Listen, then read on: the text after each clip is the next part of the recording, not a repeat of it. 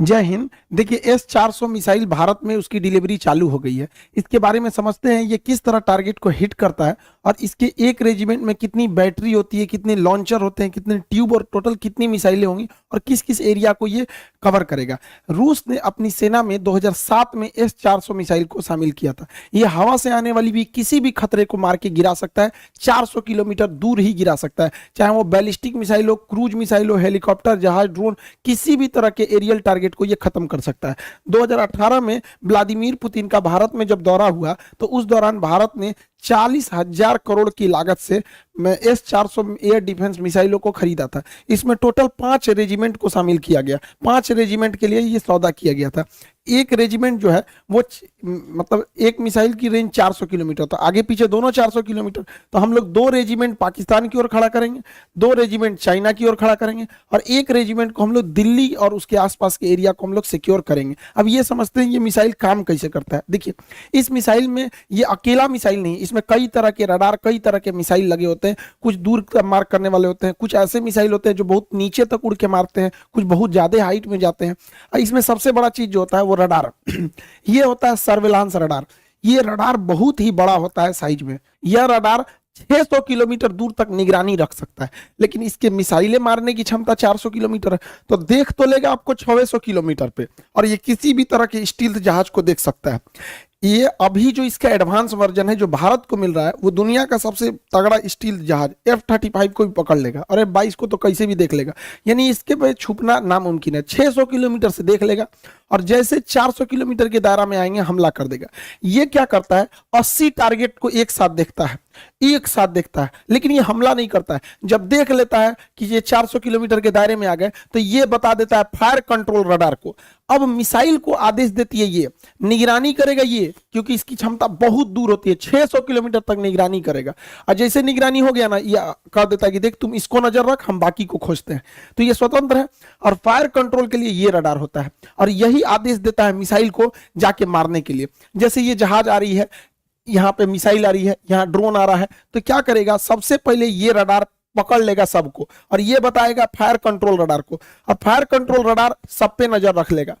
Fire control radar नजर रख लिया, अब ये क्या करेगा, इनको छोड़ देगा, दूसरे को टारगेट को छोड़ देखेगा यहाँ पर, और ये फायर कंट्रोल रडार मिसाइल को आदेश देगा कि तुम इसको मार दो, ये वाली मिसाइल इसको मार दो, ये वाला इसको मार दो, मिसाइल को आदेश देगा ये। अब मिसाइल को जो आदेश दिया गया वो मिसाइल जाके मारा कि नहीं मारा इसको देखने के लिए कमांड पोस्ट नाम का ये ट्रक होता है। इस ट्रक के ऊपर रिसीवर रडार होते हैं, ये देखते हैं सब कि मारा कि नहीं, निशाना ठीक लगा कि नहीं लगा। अगर नहीं लगा तो एक और मिसाइल मार देता है। S-400 जब भी मारता है तो 2 मिसाइल एक साथ मारता है, एक तो से मिस होगा तो दूसरा वाला उसको हिट कर देता है। इसके ट्रक के अंदर, भले बाहर से आपको ये भद्दा दिख रहा होगा, अंदर से पूरा सिस्टम है, यही कंट्रोल करते हैं। अगर मिस हो गया तो दोबारा मारेंगे लोग उसको, किसी को बचने नहीं देंगे। अब यहाँ एक स्लाइड में आप पूरा समझिए। देखिए ये है सर्विलांस रडार, ये 600 किलोमीटर तक नजर रखेगा। जैसे टारगेट में आएंगे ये क्या करेगा, ये इसके अंदर बैठे लोग तुरंत इसको कमांड पोस्ट को इसको दे देंगे, फायर कंट्रोल वाले को, और ये लग जाएगा अब नए जहाज, नए ड्रोन को ढूंढने में, क्योंकि इसने हैंड ओवर इसको कर दिया।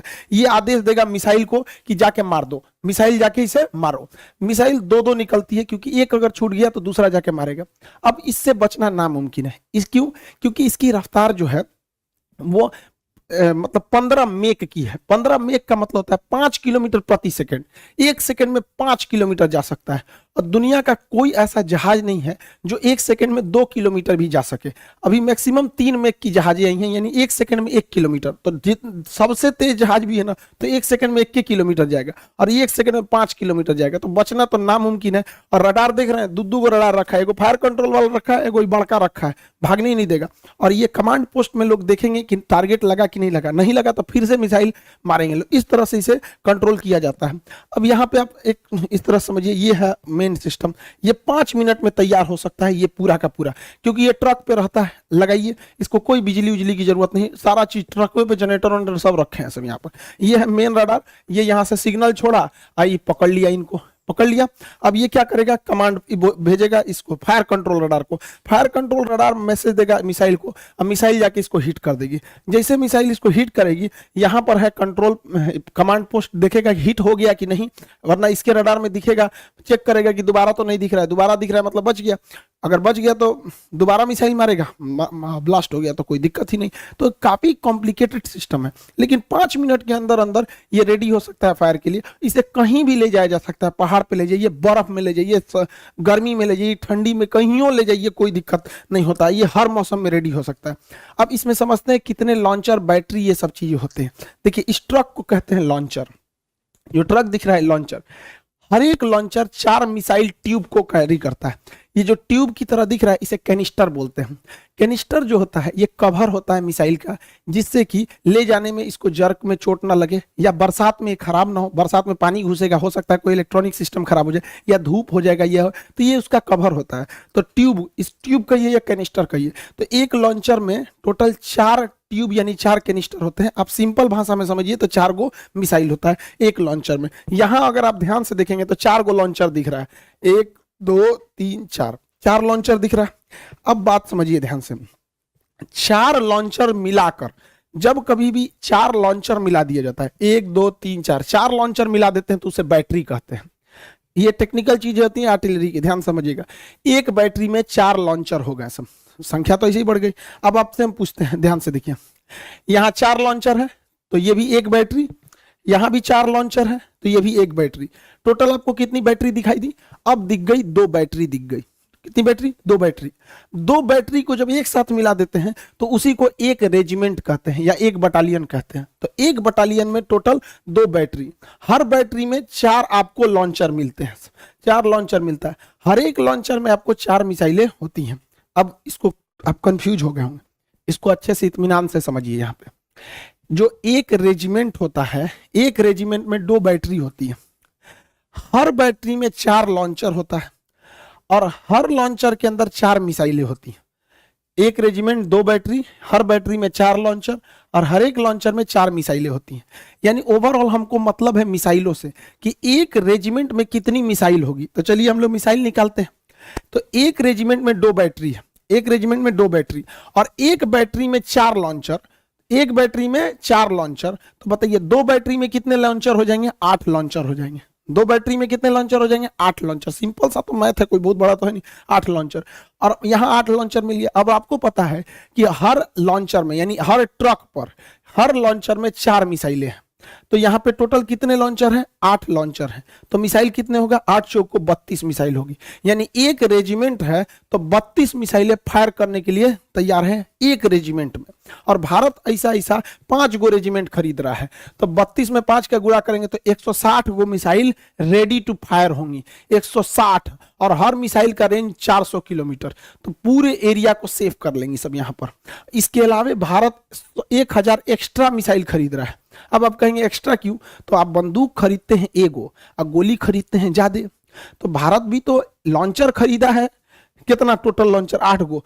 तो लॉन्चर तो भाई लॉन्चर कर रहे हैं 8 नहीं, लॉन्चर टोटल मिसाइलें जो हैं लॉन्चर के साथ 160 गो हैं मिसाइलें, ट्यूब है। जब वो फायर कर देंगे तो उसके बाद क्या दिक्कत है? वहां पे ट्यूब बदल देंगे। जैसे देखिए यहाँ समझिए, ये आपको पूरी 1 लॉन्चर, 2 लॉन्चर, 3 लॉन्चर, 4 लॉन्चर, यानी एक बैटरी हो गया।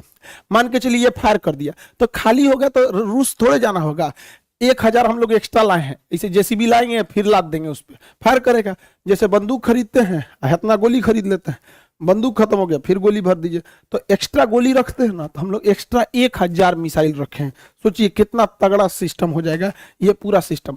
ये S-400 सिस्टम किसी भी दूसरे देश से अब तक दुनिया में इससे तगड़ा कोई नहीं है।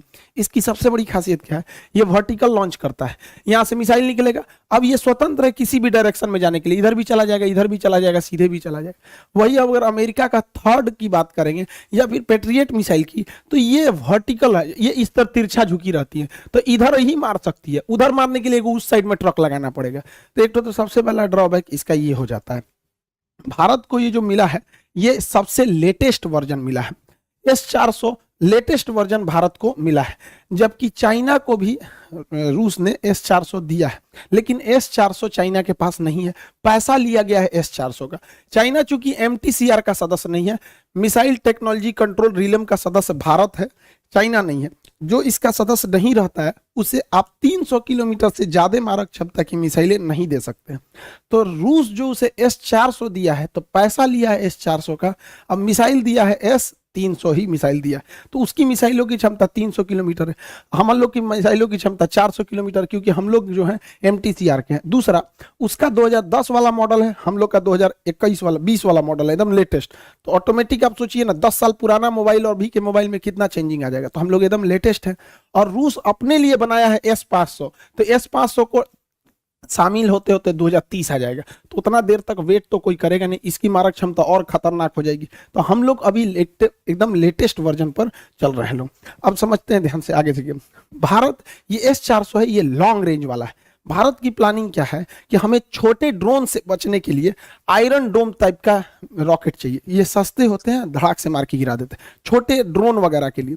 और मीडियम दूरी के लिए हमारा आकाश है ही है, और 100 किलोमीटर से 150 किलोमीटर के लिए बराक 8 मिसाइल है, और 300 से 400 किलोमीटर के लिए S-400 है।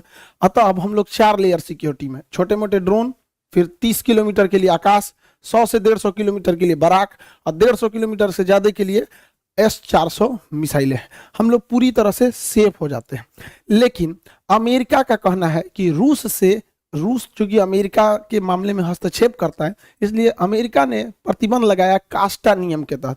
कास्टा के तहत अमेरिका का कहना है कि कोई भी देश अगर रूस से S-400 मिसाइल खरीदेगा तो उस पर ये लोग प्रतिबंध लगाएंगे। तुर्की ने खरीदा, उस पर भी प्रतिबंध लगा दिए, चाइना ने खरीदा, उस पर भी प्रतिबंध लगा दिए। भारत पर अभी तक इन्होंने कोई स्टेटमेंट दिया नहीं है, और ये प्रतिबंध बहुत नहीं लगा पाएंगे। हमारे पास 2 लॉजिक है। पहला, ये सब चोमू सब बकलोलवा पाकिस्तानिया, ये आए दिन खुलेआम धमकी, मंत्री है बैला, बिना बरस के लिए झांक रहा है इसे यहाँ। ये बैला क्या कहता है कि हम भारत पे परमाणु बम मार सकते हैं, और इसका स्टेटमेंट सुनेंगे तो कहेगा कि मुसलमानों को बचा के परमाणु बम मारेंगे। अरे यार, तुम्हारे यहाँ लोग इतने बैल होंगे, इंडिया में कोई इतना बैल नहीं है, बताइए। परमाणु बम को भी ये लोग बता रहे हैं कि ये मुसलमान है, ये मुसलमान नहीं है। तो भारत के पास पूरी दुनिया को कहने के लिए, अमेरिका को स्पेशली कहने के लिए कि भैया हमारे पास S-400 की सख्त जरूरत है, वरना ये सब कईयों लुंगी पहन के आएगा, सब मार के परमाणु बम चल जाएगा सब यहाँ पर। तो इन लोगों की वजह से हम लोग के पास प्लस पॉइंट है। दूसरा, अमेरिका के लिए भी दिक्कत क्या है, अमेरिका चाइना को रोकना चाहता है, और दक्षिणी चीन सागर में चाइना को रोकने वाला भारत को अगर छोड़ देंगे तो कोई नहीं बचता है, क्योंकि रूस और चाइना तो भाई दोनों अमेरिका के खिलाफ रहते हैं। तो भारत को हर हाल में अमेरिका को लेकर चलना पड़ेगा, वरना यहाँ चाइना जब ताइवान पर अटैक करने की बात करता है, या दक्षिणी कोरिया पे, या जापान पर, या वियतनाम पर, फिलीपीन पे, ये सब अमेरिका के दोस्त हैं सब। तो अमेरिका डायरेक्ट तो कूदेगा नहीं। तो यही है कि चाइना के दुश्मन को मजबूत किया जाए। तो चाइना का सबसे तगड़ा दुश्मन भारत है, जो इससे लड़ सकता है। तो इसलिए भारत पर ये लोग प्रतिबंध नहीं लगाएंगे, इसके ऊपर लगा दिए। और वैसे भी भारत की अब जो विदेश नीति है उस तरह की नहीं रह गई। अब भारत को छोड़कर आप कल्पना नहीं कर सकते। हम लोग 1970 और 90 का दशक चला गया जब भारत को कोई धमकी देके चला जाता था। अब हम लोग इतनी बड़ी इकोनॉमी बन चुके हैं कि अभी हमको इग्नोर करके आप नहीं रह सकते। होप आप S-400 के बारे में टोटल समझ गए होंगे। वो इस साल से आना चालू हो गया है, उसकी ट्रेनिंग ऑलरेडी भारतीय जो आर्मी है वो कर चुकी है। ये टोटल 5 रेजिमेंट इसके आएंगे, उसके बाद हम लोग पूरी तरह से सेफ हो जाएंगे। पाकिस्तान या फिर चाइना का कोई भी जहाज इंडिया में नहीं घुस पाएगा। जहां कहीं लूप होल होगा, वो भारत को पता है कि ये हमारे रडार में नहीं आ रहा है, वहां पायलट, वहां पे जहाज लगा दिया जाएगा। राफेल, सुखोई, मिराज, MiG-29, दुनिया भर के जहाज हैं सब। तो हम लोग एयर के मैटर पे पूरी तरह से अब लगभग आप कह सकते हैं कि सिक्योर हो गए हैं। एक बात और कि इस किताब को तैयार करने के चक्कर में इतने दिन से काफी लंबा गैप हो गया वीडियोस के लिए।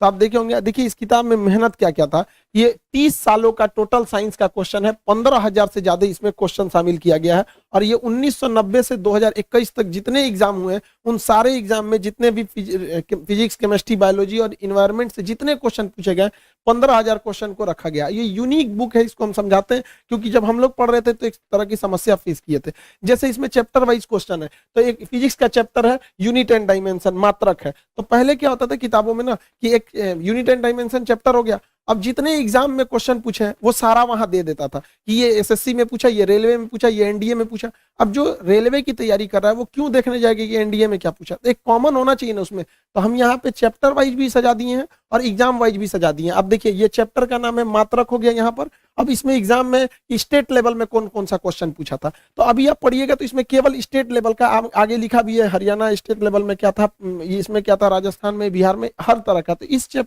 इस वाले हिस्सा में यूनिट एंड डायमेंशन चैप्टर से केवल स्टेट लेवल का पूछेगा। अभी चैप्टर खत्म नहीं हुआ है, यूनिट एंड डायमेंशन ही है। टीईटी में किस टाइप का क्वेश्चन पूछता है, इस चैप्टर से यूपीएससी, सीसेट या आरएएस इस सब टाइप में किस तरह के क्वेश्चन पूछता है, पीसीएस लेवल में। अभी उसी चैप्टर में यहाँ पे दे दिया है कि रेलवे में किस टाइप का क्वेश्चन पूछता है। अभी ये एग्जाम, ये चैप्टर अभी वही चल रहा है, लेकिन बदल गया कि हाँ रेलवे में ये पूछेगा, विथ डेट और टाइमिंग के साथ भी है, आप इसको मिला भी सकते हैं। यहाँ पर आगे बढ़ेंगे तो यहाँ लिखा है एसएससी में किस टाइप का क्वेश्चन पूछा है, तो आपको पैरेलली पता भी चलेगा। अभी चैप्टर एक ही है यहाँ पे, इसमें एसएससी में क्या पूछ दिया यहाँ पे, फिर एनडीए एयरफोर्स में क्या पूछ रहा है। तो ये एग्जाम चैप्टर वाइज भी है और अलग अलग एग्जाम के लिए अलग अलग कैटेगराइज किया गया ताकि लड़कों को दिक्कत नहीं होगा। दूसरी एक और प्रॉब्लम हम लोग फेस करते थे जब पढ़ते थे, तो आंसर या तो लास्ट में देता था तो काफी असकत लगता था, और पास में देता था तो आदमी देख लेता था। इसलिए इसमें आंसर को हम साइड में दिए हैं यहाँ पर। इसका आंसर की कई लोगों को लग रहा है कि है ही नहीं है, यहीं पे दिया है बगल में, आप एक बार में चाहे तो ढकना चाहे तो ढक सकते हैं। अगर नीचे देते थे तो एक प्रॉब्लम आता था, लड़का ढकने के चक्कर में उसको देख लेता था, फिर उसको अच्छे से रिवीजन नहीं हो पाता था। अभी यहाँ है कि इसका प्राइस के चक्कर में देखिए, अभी कोयले की शॉर्टेज थी, इसको लेकर कई सारी चीजें महंगी हो गई थी, तो पेपर भी काफी महंगा हो गया था। तो इस बार भी हम लोग पूरी कोशिश की है कम से कम रखने की। पेज 616 पेज की किताब है, 15,000 क्वेश्चन 1990 से लेकर 2021 तक का, या 15,000 क्वेश्चन 30 सालों के 180 रुपए में आपको मिल जाएगी। अगर आप दूर दराज के नहीं है, मतलब ठीक ठाक है, आप मतलब पटना में 180 में इजीली आपको अवेलेबल मिल जाएगा। ये किताबें आपका हर जगह भेज दिया गया इस किताब को, आप इनको जितना जल्दी ले लेंगे, वरना शॉर्ट हो जाएगा तो फिर दिक्कत आ जाएगा। आई होप आप सब समझ गए होंगे। मिलेंगे नेक्स्ट क्लास में। जय हिंद।